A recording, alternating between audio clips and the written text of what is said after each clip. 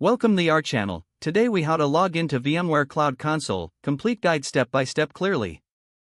To begin, open your preferred web browser. In the address bar, type in the VMware Cloud Console URL. Press enter to navigate to the VMware Cloud Console login page. Once the page loads, locate the email address field. Enter the email address associated with your VMware account. Next, move to the password field. Input your account password carefully. Double-check your entries for any typing errors. If you prefer, you can select the Remember Me checkbox for future logins.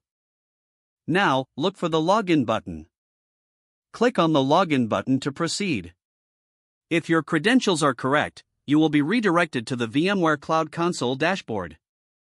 In case you forget your password, click on the Forgot Password link. Follow the prompts to reset your password through your email. If you experience any issues logging in, confirm that your internet connection is stable. For company accounts, ensure that you are using the right organizational email. Once logged in, explore the various features available in the VMware Cloud Console. Remember to log out after your session, especially on shared devices. To log out, locate your profile icon in the top right corner. Click on the profile icon and select Logout from the drop-down menu. If the page does not load, refresh the browser or try again in a private or incognito window.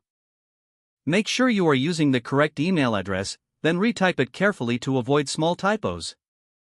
If your password is not accepted, use the reset option and create a new strong password you can remember. Check your spam folder for verification or security emails, then complete any requested confirmation steps. Enable two-factor authentication if available to improve account security and reduce unauthorized access risk. After signing in, review your profile details so your contact information and settings are accurate and current. If you see an error message, note it down and try again after restarting your device and internet connection. Log out when you finish, especially on shared devices, to keep your account and payment information secure.